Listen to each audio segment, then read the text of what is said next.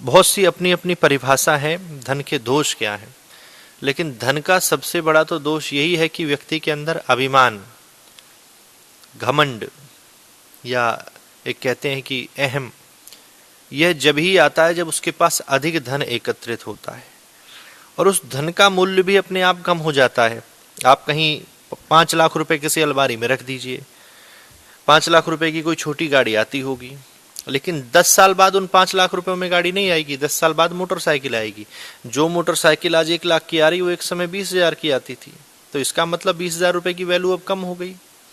उसी प्रकार से धन की वैल्यू नित्य घटती है और जीवन भी आपका नित्य घटता है। तो धन उतना ही हो जिससे जीवन आनंद से चलता रहे। कोई संत साधु ऋषि मुनि अगर पधारता है तो वह खाली पेट ना जाए, उसको हम कुछ भी रूखा सूखा भोजन जैसा पाते हैं पवा सकें, कुछ दान कर सकें, बच्चों को अच्छे स्कूल में पढ़ा सकें, परिवार को अच्छे से भोजन करा सकें। इतना तो होना ही चाहिए। इससे अधिक अगर है तो कृपा है, उसका कम से कम 10 दान में लगाइए। सबसे बड़ा धन का दोष यही है कि नाना प्रकार के ये व्यसन जो है अपने साथ लेकर आ जाता है। बहुत ज़्यादा धन आता है तो व्यक्ति शराब पीने लगता है, जुआ खेलने लगता है, या ऐसी संगत में बैठने लगता है। तो ये धन का सबसे बड़ा दोष है। लेकिन भगवान की कृपा से जो धन प्राप्त होता है, सुदामा जी महाराज को भगवान ने अपनी कृपा से सब कुछ दिया, और सुदामा जी ने जब देखा बड़े बड़े महल बन गए, सब कुछ बन गए, तो सुदामा जी छोड़कर जाने लगे। तो सुदामा जी ने कहा, से भगवान ने कहा कहाँ जा रहे हो?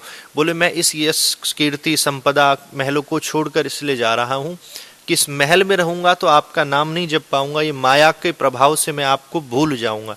तो धन का दोष ये भी है कि धन रूपी जो माया का जो प्रभाव है उससे जीव परमात्मा से दूर हो जाता है, भूल जाता है। तो फिर भगवान ने उत्तर दिया सुदामा जी को, हे सुदामा, ये जरूर है कि बहुत ज्यादा धन आने के बाद व्यक्ति मेरा नाम नहीं ले पाता, मुझे भूल जाता है, लेकिन मेरी कृपा से जो धन मिलता है, मेरी कृपा से जो यश कीर्ति मिलती है, उसमें व्यक्ति कभी भी मुझे नहीं भूलता। तो बहुत ज्यादा अगर धन भी अगर आपके पास है तो इसे भगवान का कृपा प्रसाद मानिए। जब कृपा प्रसाद आप उस धन को मानेंगे तो उस धन का कोई भी दोष आपके ऊपर नहीं लागू हो पाएगा, क्योंकि भगवान का प्रसाद कभी नुकसानदायक नहीं होता। भगवान का प्रसाद तो सदैव लाभकारी ही होता है। इसलिए धन का लोभ दोष भी मैंने आपको बता दिया और धन का फायदा भी मैंने बता दिया। जीवन में सुख शांति के लिए हमें क्या करना चाहिए? सबसे पहले उठते ही जो मैंने आज की चर्चा में कहा कि भगवान का स्मरण करना चाहिए, मुख से भगवान का नाम लेना चाहिए। अभी किसी ने प्रश्न किया था कि आपने कहा कुछ दिन पहले कि उठकर भगवान का नाम लेना चाहिए, लेकिन बिना नहाए धोए नाम कैसे ले सकते हैं? भैया जब प्राण निकल रहे होंगे तो कोई नहलाने नहीं आएगा, मरने के बाद ही नहलाएंगे लोग रगड़ रगड़ के, मरते समय कोई नहीं नहलाएगा। तो सोचते रहना कि जब कोई नहलाएगा जब नाम लेंगे, जब कोई नहलाएगा जब नाम लेंगे, तुम्हारे प्राण निकल जाएंगे, कोई नहलाने नहीं आने वाला है। नाम के लिए ना नहाने की जरूरत है, ना कुछ और करने की जरूरत है। जिस भी स्थिति में रहो, मृतक के घर में बैठे हो, किसी सूतक के घर में बैठे हो, किसी शमशान में खड़े हो, किसी दूषित जगह खड़े हो, नाम आप कभी भी ले सकते हो, कभी भी नाम का स्मरण कर सकते हो। मंत्र के लिए बहुत से नियम है, पवित्रता, स्थान, माला आदि आदि, लेकिन नाम के लिए कोई बंधन नहीं है। आप हर स्थिति में नाम ले सकते हो। तो सबसे पहले जीवन में सुख शांति चाहिए तो भगवान का नाम लिया करो, उठते ही लिया करो, सारे दिन लिया करो। तुलसी महारानी में की खूब सेवा किया करो, जल दिया करो, साया काल में दीपक जलाया करो, बिल्व पत्र के नीचे दीपक जलाया करो।